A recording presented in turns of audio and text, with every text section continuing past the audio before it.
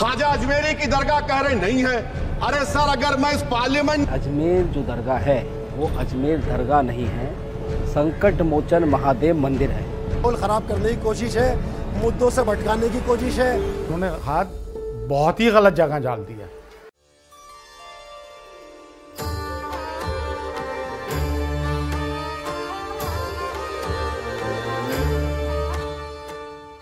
क्या आप जानते हैं कि भारत की इस ऐतिहासिक दरगाह, जहां हर धर्म के लोग आस्था के साथ सिर झुकाते हैं, को कुछ लोग एक प्राचीन मंदिर बता रहे हैं। आखिर क्यों अजमेर शरीफ दरगाह को लेकर अचानक विवाद खड़ा किया जा रहा है? क्या यह इतिहास को समझने की कोशिश है या एक सोची समझी साजिश? और सबसे बड़ा सवाल, इस विवाद से किसे फायदा हो रहा है? आज के इस वीडियो में हम आपको बताएंगे अजमेर शरीफ दरगाह की असली कहानी, इन आरोपों का सच और इसके पीछे छुपी राजनीति। वीडियो को अंत तक देखना मत भूलिएगा, क्योंकि इस कहानी में वो सच्चाई है जिसे जानना हर भारतीय के लिए जरूरी है। दोस्तों, आज हम बात करेंगे अजमेर शरीफ दरगाह की, जो भारत की सबसे प्रतिष्ठित सूफी दरगाहों में से एक है।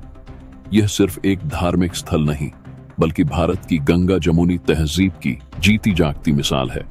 लेकिन हाल ही में इस दरगाह को लेकर विवाद खड़ा किया जा रहा है।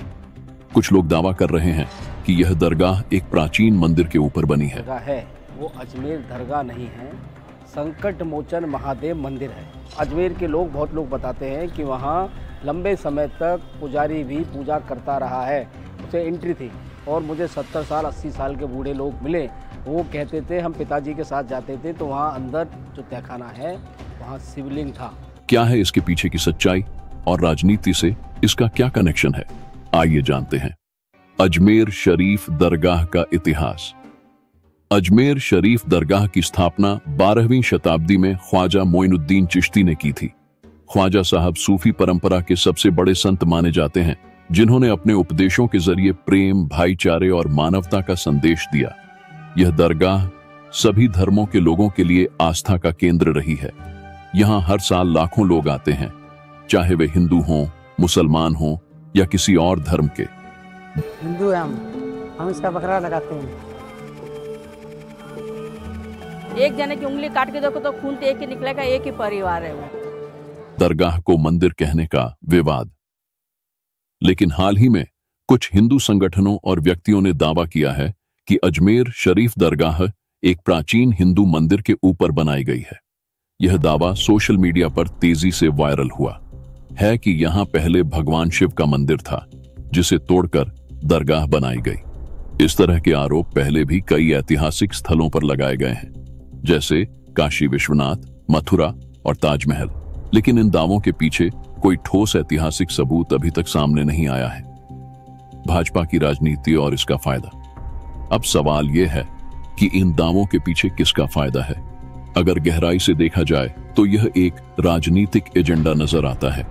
भारतीय जनता पार्टी, बीजेपी और उससे जुड़े संगठनों को इस विवाद से सीधा फायदा होता है। आइए समझते हैं कैसे। 1. ध्रुवीकरण को बढ़ाना। इस तरह के विवाद हिंदू और मुसलमानों के बीच धार्मिक ध्रुवीकरण को बढ़ावा देते हैं। इससे बीजेपी को हिंदू वोट बैंक को मजबूत करने में मदद मिलती है। 2. धार्मिक भावनाओं का इस्तेमाल। बीजेपी का एजेंडा हमेशा से हिंदुत्व के इर्द गिर्द रहा है।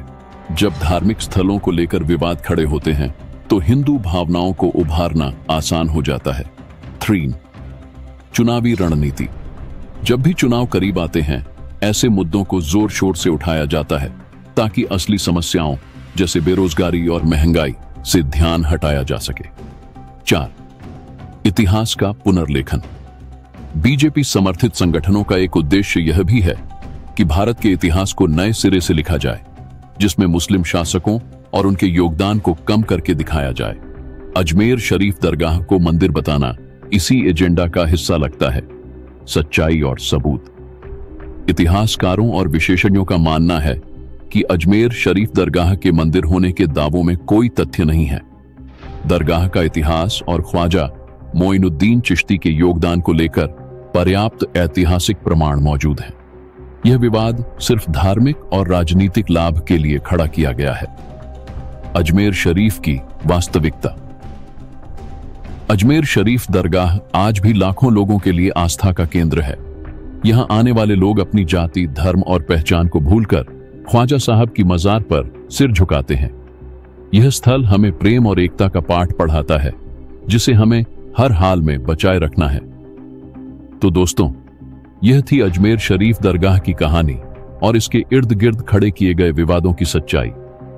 हमें अपनी विरासत और संस्कृति को समझने और बचाने की जरूरत है, न कि इसे राजनीतिक लाभ के लिए तोड़ने की। अगर आपको यह वीडियो पसंद आया हो तो इसे लाइक करें, शेयर करें और हमारे चैनल को सब्सक्राइब करना न भूलें। अगले वीडियो में फिर मिलेंगे।